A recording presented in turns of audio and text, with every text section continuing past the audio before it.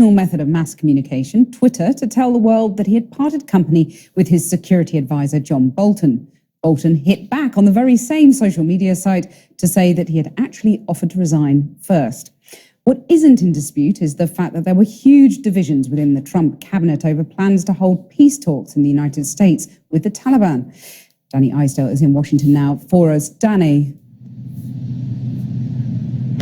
Well, Kathy, in one sense, it isn't a surprise because we knew that the disagreements between John Bolton and President Trump were becoming more frequent and more intense. They were worlds apart on North Korea, on Iran and on Afghanistan, as you mentioned. They can't even agree on how all of this happened. President Trump says that he fired John Bolton. John Bolton says that he resigned.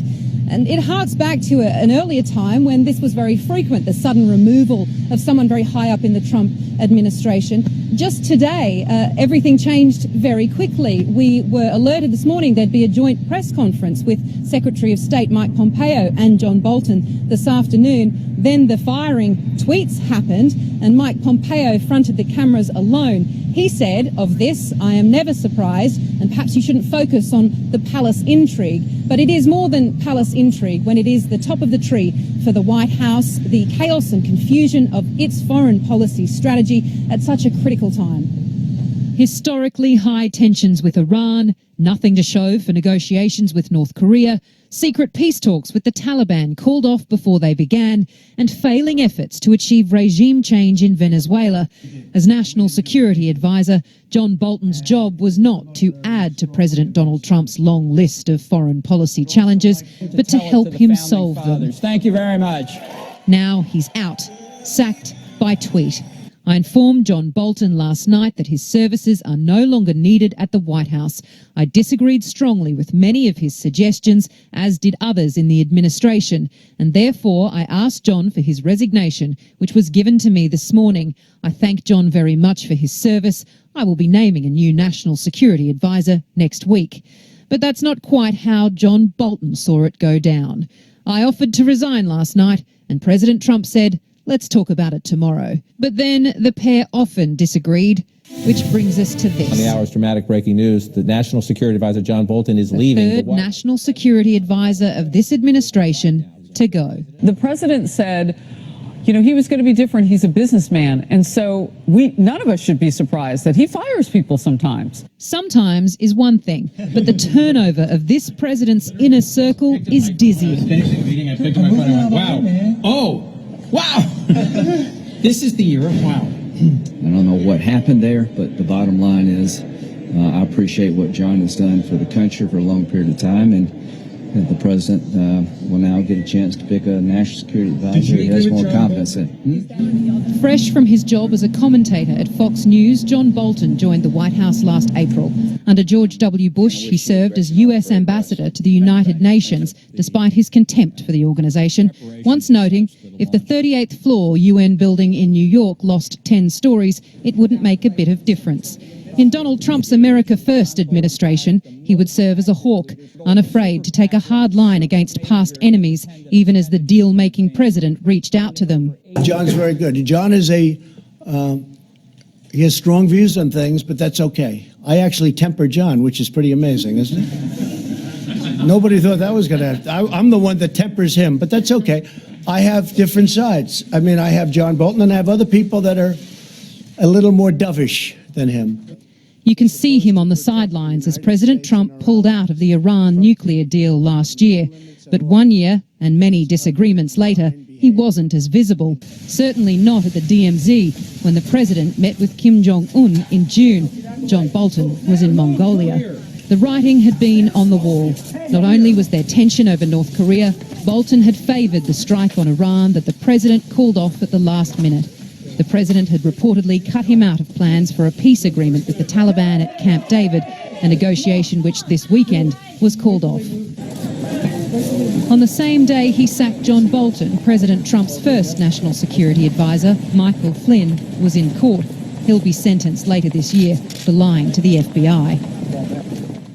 Danny Eisdale in Washington. Now, earlier I spoke to Ned Price. He's a fellow at the New America Foundation and a former CIA intelligence officer who worked at the National Security Council under President Obama. I began by asking him what might be behind John Bolton's departure. President Trump had very little idea of what he was getting himself into when he appointed John Bolton as his national security advisor. It was widely reported here in our country that President Trump, above all else, enjoyed listening to John Bolton on Fox News. And so it seems quite clear that he didn't have a deep or perhaps any appreciation for his strongly held convictions and policy views. He was an architect and cheerleader of the Iraq War, a war that President Trump himself disavowed years later. He scuttled the Clinton administration's attempts to broker dialogue and diplomacy with North Korea. He was a hawk when it came to Iran. He even singled out Cuba, a country in our own hemisphere, accusing Cuba falsely of having a WMD program, a program of weapons of mass destruction.